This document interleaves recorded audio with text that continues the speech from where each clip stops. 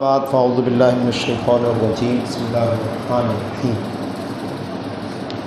पिछले दर्स में हमने पढ़ा था कि बै फासिद पे जब कब्ज़ा हो जाए तो वो मबी मुश्तरी की मिल्कियत में दाखिल हो जाती है, लेकिन वो मिल्क ख़बीस होती है।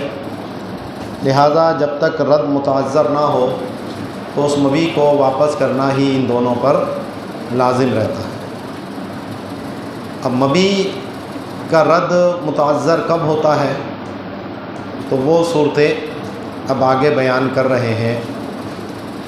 फरमाते हैं फ़इन बाअहू ऐ बाअल मुश्तरिल मुश्तरा फ़ासिदन बैअन सहीहन बातन फ़लौ फ़ासिदन औ बिख़ियारिन लम यम्तनिअल फ़स्ख़ु बिग़ैरि बाइइही फ़लौ मिन्हु काना नक़दन लिल अव्वली कमा अलिमता व फ़सादुहु बिग़ैरिल इकराही फ़लौ बिही यनक़ुदु कुल्लु तसर्रुफ़ातिल मुश्तरी औ वहबहु व सल्लमा औ आतक़हु औ कातबहु औ इस्तौलदहा वलौ लम तहबल रद्दहा मा अक़रिहा इत्तिफ़ाक़न सिराज बाद क़ब्दिही फ़लौ क़ब्लहु लम युतक़ बिइत्क़िही बल यातिक़ुल बाइअु बिअम्रिही वकज़ा लौ अमरहु बितहनिल हिंतती औ ज़ब्हिश शाती फ़यसीरुल मुश्तरी क़ाबिदन इक़्तिदाअन फ़क़द मलकल मअमूरु मा ला यमलिकुहुल आमिर वमा फ़िल ख़ानियति अला ख़िलाफ़ि हाज़ा इम्मा रिवायतुन औ गलतुन मिनल कातिब कमा बसतहुल अमादी औ वक़फ़हु वक़फ़न सहीहन लिअन्नहु इस्तहलकहु हीना वक़फ़हु व अख़रजहु अन मिल्किही वमा फ़ी जामिअल फ़ुसूलैनि इला ख़िलाफ़ि हाज़ा गैरु सहीह कमा बसतहुल मुसन्निफ़ औ रहनहु औ औसा औ तसद्दक़ बिही नफ़ज़ल बैउल फ़ासिदु फ़ी जमीअ मा मर्रा वम्तनअल फ़स्ख़ु लितअल्लुक़ि हक़्क़िल अब्दि बिही इल्ला फ़ी अर्बईन मज़कूरतिन फ़िल अशबाह। ये पीछे सारी बात करके ये इसका हुक्म इन्होंने आगे बयान किया कि अगर ये सारी सूरतें पाई जाएं तो अब रद्द मुतअज़्ज़र हो जाएगा, और क्योंकि इस पे अब हक़्क़ुल अब्द का मामला हो गया है, दूसरे बंदे का हक़ इस मबी के साथ मुताल्लिक़ हो गया है, और उस साबिक़ा बै को ख़त्म करना वो हक़्क़ुल्लाह का मामला था। तो जब हक़्क़ुल्लाह और हक़्क़ुल अब्द में तारुज़ हो जाए तो तरजीह हक़्क़ुल अब्द को मिलती है, दलील कि बंदा मोहताज है और रब ताला गनी है। तो यहाँ इन्होंने जो बातें की, पहली बात तो ये की कि अगर इस मुश्तरी ने यानी जिसने बै फासिद की थी मबी पर कब्ज़ा कर लिया और फिर इसने आगे बै सही कर ली, यानी जो दूसरी बै की वो सही है और लाजिम है, यानी उसमें ख़यार नहीं है, तो अब इस मबी के साथ इस दूसरे वाले मुश्तरी का हक़ मुताल्लिक़ हो गया। समझ आ गई ना बात? तो इसमें इन्होंने दो क़ैदें लगाई कि ये जो दूसरी बै है वो सही होनी चाहिए, क्योंकि अगर वो बै फासिद हुई दूसरी भी तो उसको भी ख़त्म करना लाजिम है, और इसी तरह अगर ख़यार शर्त रखा गया है, इस दूसरे वाली बै के बाय ने जो पहली वाली बै का मुश्तरी है, तो अभी वो चीज़ मुश्तरी की मिल्कियत में दाखिल ही नहीं हुई और अभी उसकी तरफ से बै लाजिम ही नहीं है। जब ख़याल रखा है तो वो उसको 3 दिन के अंदर अंदर ख़त्म कर सकता है, तो उसका हक़ तब मुताल्लिक़ होगा जब ये दूसरी वाली बै भी सही हो और इसमें ख़यार शर्त भी ना हो, क्योंकि अगर ख़यार शर्त हुआ या बै फासिद हुई तो अभी दूसरे वाले मुश्तरी का उससे हक़ मुताल्लिक़ नहीं। ठीक है जी। और ये बै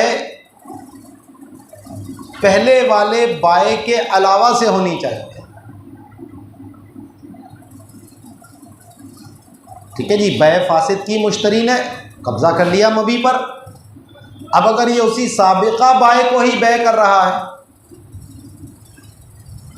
तो अभी पीछे हमने दर्स में पढ़ा था कि वो मबी वापस बाय के पास पहुंच गई और इसी की तरफ से पहुंची मुस्तहक अलैह की तरफ से, तो ये तो ज़मान से बरी हो जाएगा, वो बै का नक़्द हो जाएगा, ठीक है, जो कल के दर्स में हमने बात पढ़ी थी।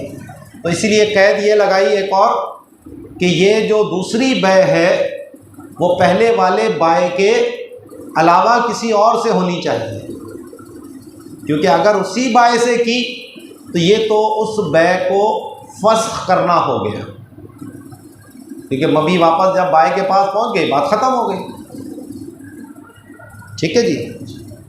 और तीसरी शर्त इसमें यह लगाई कि वो जो फसाद है वो इकराह के अलावा हो, क्योंकि अगर इकराह वाली बै है तो उसमें भी पीछे हमने बताया था कि जब ये इकराह ख़त्म होगा तो उस वक्त देखा जाएगा कि ये मुकराह उस बै पर राज़ी है या नहीं। तो अगर इकराह करके किसी से बै की और आगे उसको बेच भी दिया जाए तो भी वो बै लाजिम नहीं होती, तो उसके ये सारे तसर्रुफ़ात कौली जितने भी हैं ये सब ख़त्म कर दिए जाते हैं। तो पहली शर्त तो ये कि वो बै सही लाजिम हो, दूसरी शर्त ये थी कि बाय अव्वल के अलावा से हो, और तीसरी ये कि जो पहली वाली बै फासिद हुई थी उसमें फ़साद की वजह इकराह ना हो बल्कि कोई और वजह हो, ठीक है। तो ऐसी सूरत में अब चूँकि दूसरे का हक़ मुताल्लिक़ हो गया तो ये तसर्रुफ़ नाफिज हो जाएगा और अब रद्द मुताज़र होगा और अब मामला मिसल या कीमत की तरफ चला जाएगा। अगर वो मिसली चीज़ थी तो मिसल लाजिम आएगा, और अगर कीमी चीज़ थी तो कीमत लाजिम आएगी कब्ज़े वाले दिन जो उसकी कीमत थी। दूसरी सूरत औ वहबहु कि मुश्तरी ने वो चीज़ आगे किसी और को हिबा कर दी, और आपको पता है हिबा बग़ैर कब्ज़े के ताम नहीं होता, तो इसीलिए वसल्लमा ये कैद भी लगा दी कि जो हिबा की सही होने की शराइत हैं वो सारी पूरी की गई, यानी मुशा है तो तकसीम करके किया गया हो, ठीक है, जो कब्ज़े के लिए ज़रूरी है।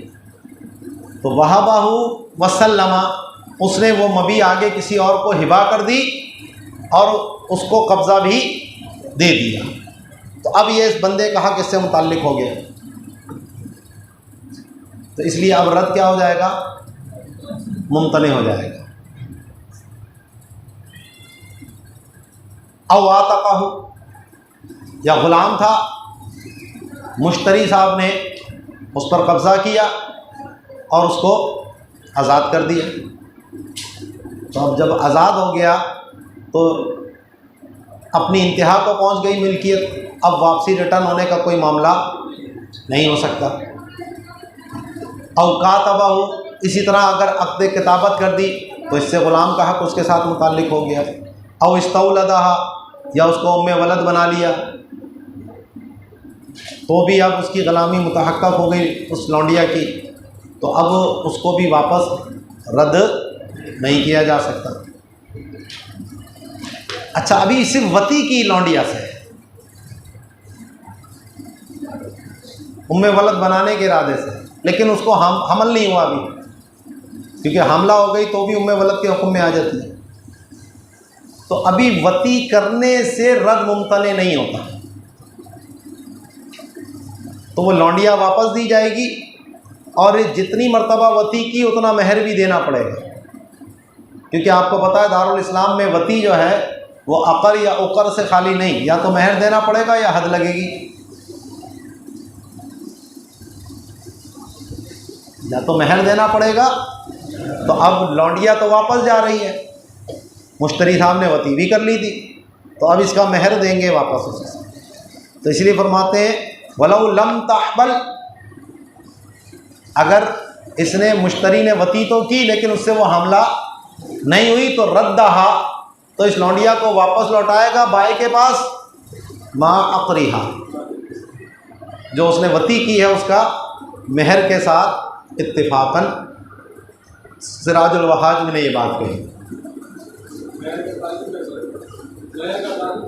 महर मिसल होगा ना यार, जाहिर सी बात है, आपका महर थोड़ी लगाएंगे। बादा कब्दिही, इस बादा कब्दिही का ताल्लुक़ इन तमाम मसाइल के साथ है, क्योंकि ये जो तसर्रुफ़ात दुरुस्त हो रहे हैं वो कब्ज़े के बाद ही हो रहे हैं, कब्ज़े से पहले तो दुरुस्त ही नहीं होते। तो फ़लौ क़ब्लहू, तो अगर कब्ज़े से पहले मुश्तरी ने उसको आज़ाद कर दिया, तो पीछे मसला हमने पढ़ लिया है, तो अभी वो ग़ुलाम आज़ाद नहीं होगा, क्योंकि मिल्कियत ही नहीं आई थी, बै फासिद है, और बै फासिद में जब तक कब्ज़ा ना हो उस वक्त तक मिल्कियत होती ही नहीं। जब मिल्कियत ही नहीं है तो फिर आज़ाद कैसे कर सकता है ये? तो इसलिए फरमाते हैं फ़लौ क़ब्लहू लम युतक़ बिइत्क़िही, तो अगर कब्ज़े से पहले मुश्तरी ने उसको आज़ाद किया तो वो उसके आज़ाद करने से आज़ाद नहीं होगा। हाँ, बल यातिकुल बाइउ बिअम्रिही, अगर मुश्तरी ने बाय को ये कहा कि तुम ये ग़ुलाम मेरी तरफ से आज़ाद कर दो, और बाय ने आज़ाद कर दिया, तो अब ये ग़ुलाम आज़ाद हो जाएगा, क्योंकि जब उसने बाय को ये कहा तुम ये मेरी तरफ से आज़ाद कर दो, तो गोया उसने उससे कब्ज़ा तलब किया, और बाय ने उसकी तरफ से जब आज़ाद किया तो यहाँ इक़्तिज़ाअन पहले कब्ज़ा पाया जाएगा और फिर आज़ादी पाई जाएगी। तो हुक्मन यहाँ मुश्तरी का कब्ज़ा हो गया। तो जब मुश्तरी का कब्ज़ा हो गया, मिल्कियत में आ गई, और बाय ने उसकी तरफ से वकील बनकर उसको आज़ाद किया, तो ग़ुलाम आज़ाद हो जाएगा। तो ये वो उन सूरतों में से है कि ख़ुद मुश्तरी को इख्तियार नहीं है आज़ाद करने का भी, लेकिन वकील को हो गया कि आमिर जिस चीज़ का इख्तियार नहीं रखता, मामूर को वो इख्तियार है। वैसे आमतौर पे वकालत में ये होता है कि इंसान को जिसका ख़ुद इख्तियार होता है उसी की वकालत दे सकता है, जिसको ख़ुद इख्तियार नहीं वो किसी दूसरे को भी नहीं दे सकता।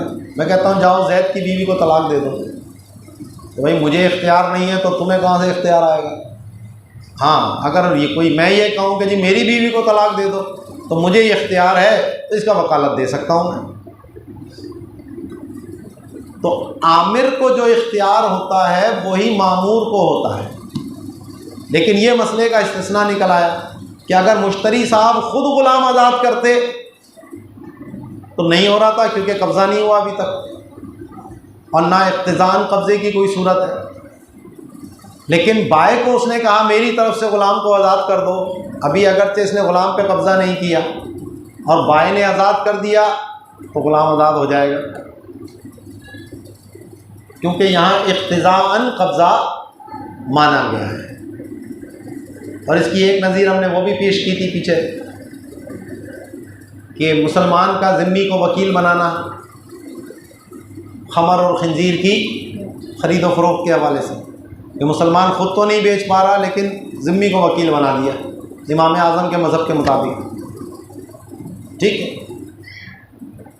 तो इसलिए फरमाते हैं बल यातिकुल बाइउ बिअम्रिही, बल्कि बाय इसको आज़ाद करेगा मुश्तरी के हुक्म से, यानी उसकी वकालत से। अब इसी की नज़ीर इन्होंने दो मसले और बयान कि गंदम ख़रीदी, गंदम अभी वो बाय के पास ही है और बै फासिद हुई है। मुश्तरी कहता है कि जनाब मेरी ये गंदम का आटा पीस दो आप, बाय साहब ने पीस दिया, तो ये गंदम किसकी हुई, बाय की या मुश्तरी की? मुश्तरी। तो अगर कब्ज़ा साबिक़ा माना गया तो मुश्तरी की हुई, और अगर कब्ज़ा साबिक़ा नहीं मानते तो बाय की हुई। तो यहाँ पर भी मातिन ने, अल्लामा हस्कफ़ी ने इसको इसी आज़ादी वाले मसले के साथ ही मुल्हिक किया है कि मुश्तरी ने बाय को कहा मेरी गंदम का आटा पीस दो, अभी कब्ज़ा नहीं किया उसने आटा पीस डाला, तो यहाँ पर भी पहले कब्ज़ा मुतहक्कक माना जाएगा इक़्तिज़ाअन, और फिर ये आटा पीसना पाया जाएगा। तो ये मुश्तरी के कहने पर उसने ये तसर्रुफ़ किया। ऐसे ही बकरी का सौदा हुआ, बै फासिद हुई, अभी मुश्तरी ने बकरी पर कब्ज़ा नहीं किया और बाय को कहता है जनाब मेरी तरफ से आप ये बकरी ज़बह कर दें। बाय ने लेकर छुरी चला दी उसके ऊपर। तो किसकी बकरी पे छुरी चलाई, अपनी या मुश्तरी की? तो अगर कब्ज़ा मुतहक्कक हो गया है तो मुश्तरी की।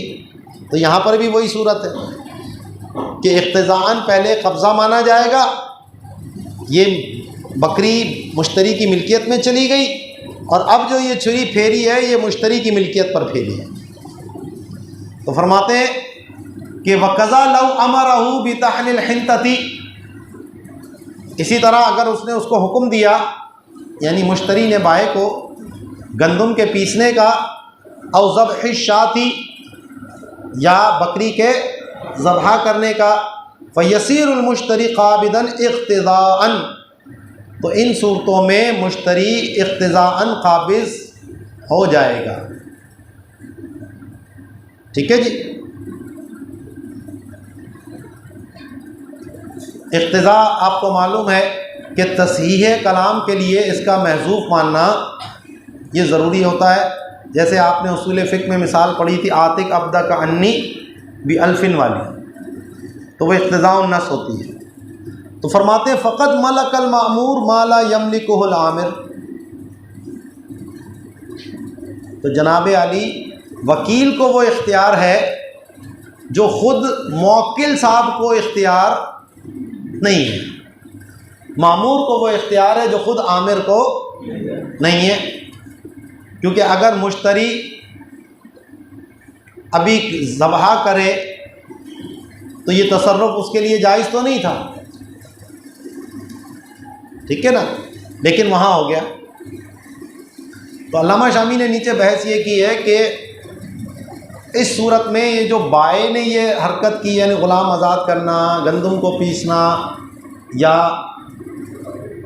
बकरी को ज़बह करना, तो इस सूरत में भी गुनाहगार तो वो होगा, क्योंकि शरीयत ने इस बै को ख़त्म करने का हुक्म दिया है और इसके इस अमल की वजह से वो बै रद्द नहीं हो पा रही, गुनाह का करार पकड़ लिया, अब वो सिर्फ़ तौबा से ही साकित होगा। तो इस वजह से गुनाहगार होने में तो दोनों बराबर हैं, मुश्तरी भी और बाय भी, लेकिन ये कि वो तसर्रुफ़ नाफिज हो जाएगा, इस एतबार से यहाँ ये फ़र्क आया। तो वमा फ़िल ख़ानियती अला ख़िलाफ़ी हाज़ा, तो फरमाते हैं जो ख़ानिया में इसके बरख़िलाफ़ है कि जिसमें उन्होंने आज़ादी को बाय की तरफ से करार दिया कि ग़ुलाम बाय की तरफ से आज़ाद हुआ, इसी तरह गंदम उन्होंने बाय की करार दी, बकरी उन्होंने बाय की करार दी, हालांकि वो मुश्तरी की है। तो इम्मा रिवायतुन, या तो ये एक और कोई रिवायत है फ़िक़्ह हनफ़ी की जिसके मुताबिक काजी ख़ान ने ये बात कही, औ गलतुम मिनल कातिब, या फिर मुश्तरी की जगह पर वहाँ बाय लिख दिया गया। असल तो वो मुश्तरी की मिल्कियत में आई, लेकिन कातिब साहब ने उसको गलती से बाय लिख दिया कि ये बाय की तरफ से आज़ाद हुआ ग़ुलाम, ये बाय की मिल्कियत में गई गंदम। कमा बसतहुल अमादी, जैसा कि अल्लामा इमादी ने इसको तफसील से बयान किया और जामिउल फुसूलैन में भी उन्होंने इसको बरकरार रखा। ठीक है जी। तो तीन सूरतें हो गई। पहली सूरत बै करने की थी, दूसरी सूरत हिबा करने की थी, तीसरी सूरत ये ग़ुलाम आज़ाद करना और इसके साथ जो मुल्हिक हैं उम्मे वलद बनाना, मुकातब बनाना वगैरह। चौथी सूरत ये है कि वो कोई ज़मीन थी या कोई ऐसी मनक़ूली चीज़ थी जिस पे वक्फ़ का उर्फ़ है, और बै फासिद करने के बाद उसने उसको वक्फ़ सही कर दिया। तो जब वक्फ़ सही हो गया तो आपको मालूम है कि वाकिफ़ की मिल्कियत से वो चीज़ निकल जाती है और अल्लाह की मिल्कियत में चली जाती। तो अब वो इसका मालिक ही नहीं है तो रद्द कैसे करेगा, और वक्फ़ वापस मिल्कियत में आ नहीं सकता। यहाँ अब दोनों चीज़ें हक़ुल्लाह हो गए। इस बै को ख़त्म करना ये भी हक़ुल्लाह था, और वक्फ़ का मामला क्योंकि अब ये इसकी मिल्कियत से निकलकर अल्लाह की मिल्कियत में चली गई तो ये भी हक़ुल्लाह का ही मामला है। समझ आ गई ना बात? तो इसलिए जो है अब यहाँ पर रद्द मुतअज़्ज़र हो चुका है। अच्छा, जामिउल फ़ुसूलैन में उन्होंने ये कहा कि अगर किसी ने ज़मीन ली और उसको मस्जिद बनाया तो वो अभी रद्द मुतअज़्ज़र नहीं होगा जब तक कि वो उस पर तामीरात ना कर ले। तो उन्होंने तामीरात को वजह ताज़्ज़ुर बताया कि रद्द मुतअज़्ज़र जब होगा जब तामीरात कर ले, तो ये दुरुस्त नहीं है।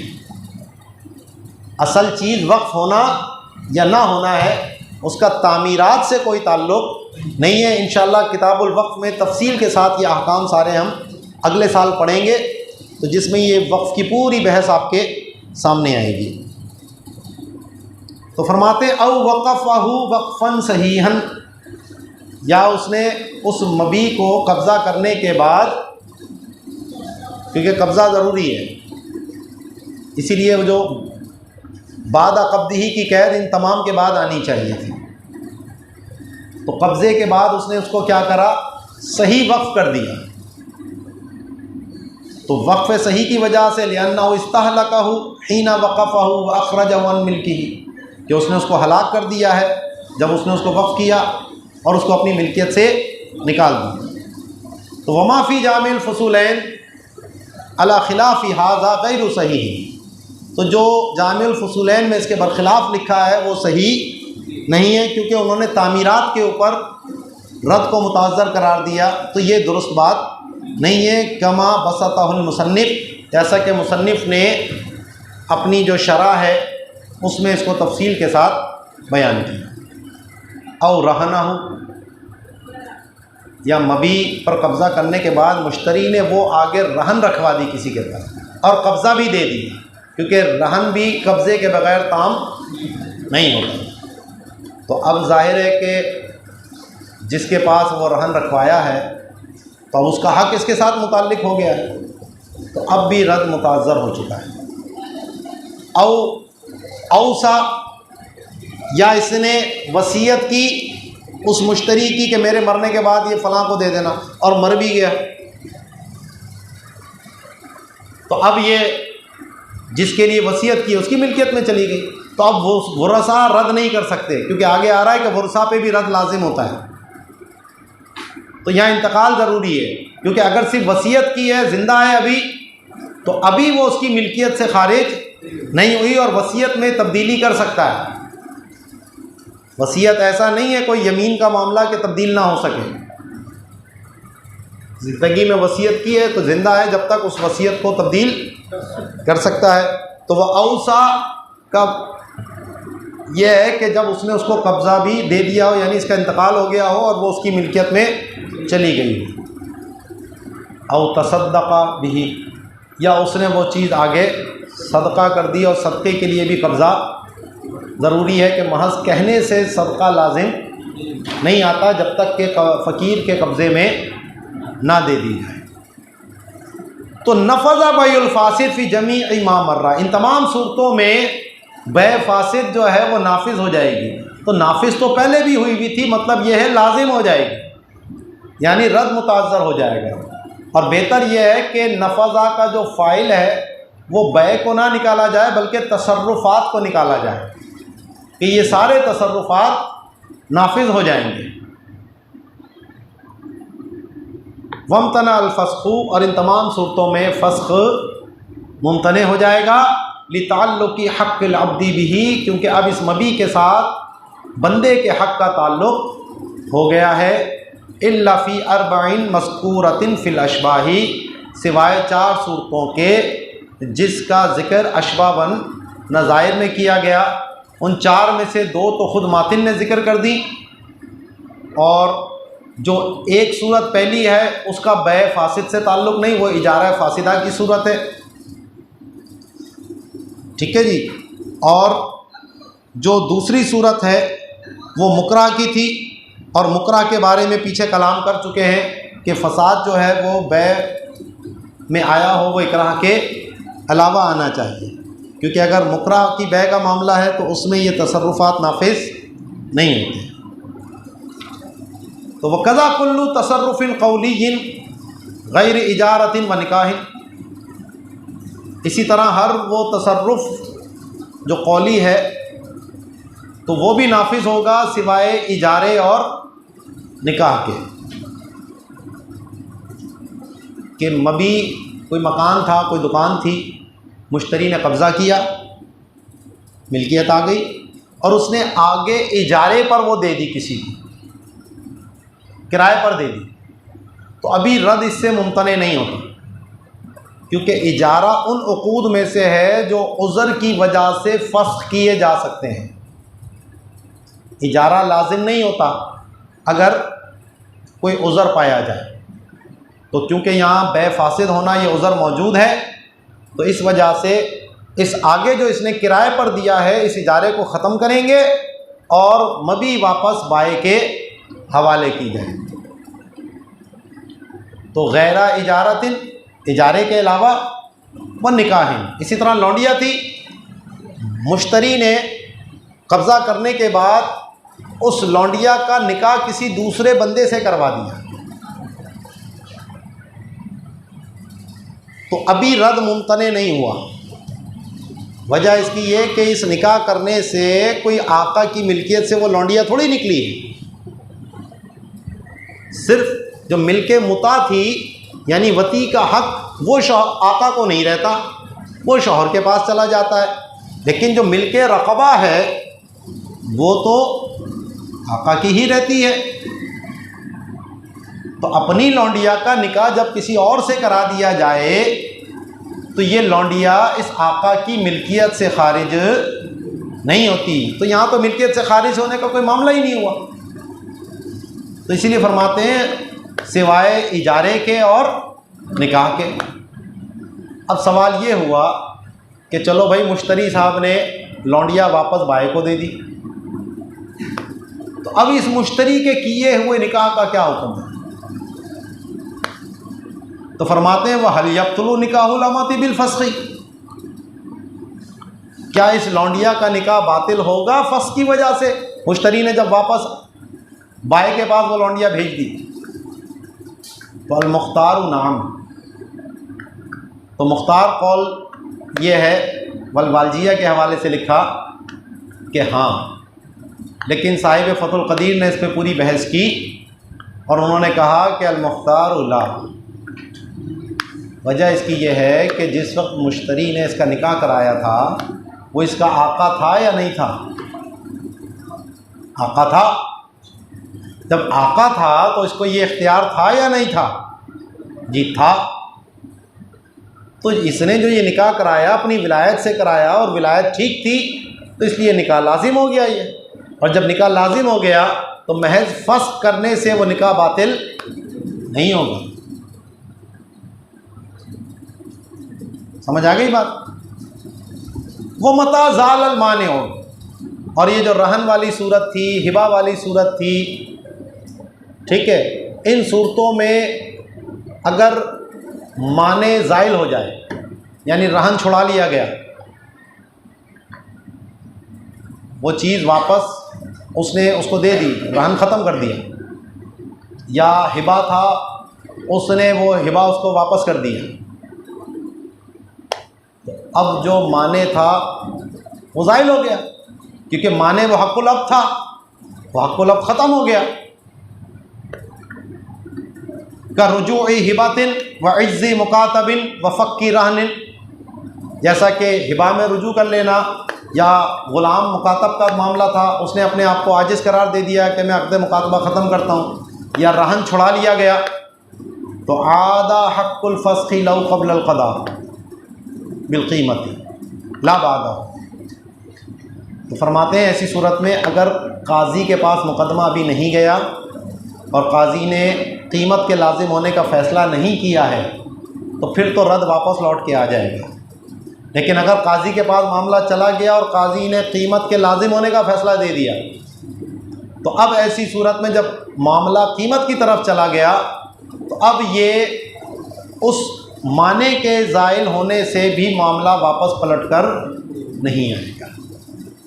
ठीक है, तो वह आदा हक़्क़ुल फ़स्ख़ी, तो इस सूरत में फ़स्ख़ का हक़ लौट आएगा लौ क़ब्ल अल क़दाई बिल क़ीमती, अगर कीमत का फ़ैसला देने से पहले हो, ला बादहू, हाँ अगर फ़ैसला दिया जा चुका है तो फिर फ़स्ख़ का हक़ लौट कर नहीं आएगा। वला यब्तुलु हक़्क़ुल फ़स्ख़ी बिमौति अहदिहिमा, अच्छा बाई या मुश्तरी के मरने से हक़ के फ़स्ख़ ख़त्म नहीं होता। ठीक है जी, तो फ़स्ख़ का हक़ बातिल नहीं होता इन दोनों में से बाई या मुश्तरी के मरने से। फ़यख़्लिफ़ुहुल वारिस, तो जो इनका वारिस होगा वो उसके कायम मुकाम हो जाएगा। मुश्तरी मर गया है तो उसका जो वारिस होगा उस पर लाजिम है कि अब ये मबी वापस करे। समझ आ गई बात? तो मौत से भी यहाँ फ़र्क नहीं पड़ता, बिही युफ्ता, इसी पर फतवा है। अब आगे थोड़ा सा इसमें एक लंबी बहस है कि जिस तरह बाय को यह हक़ हासिल था कि जब तक समन वसूल ना करे मबी मुश्तरी को हवाले नहीं करेगा, अब यहाँ मामला उल्टा हो गया। अब मुश्तरी के कब्ज़े में मबी है, समन बाय के कब्ज़े में है, तो अब क्या मुश्तरी को ये मबी रोक कर रखने का हक़ है कि भैया पहले पैसे दो मेरे फिर ये अपनी मबी लो? इसके ऊपर गुफ्तगू इंशाअल्लाह तफसील के साथ कल करेंगे।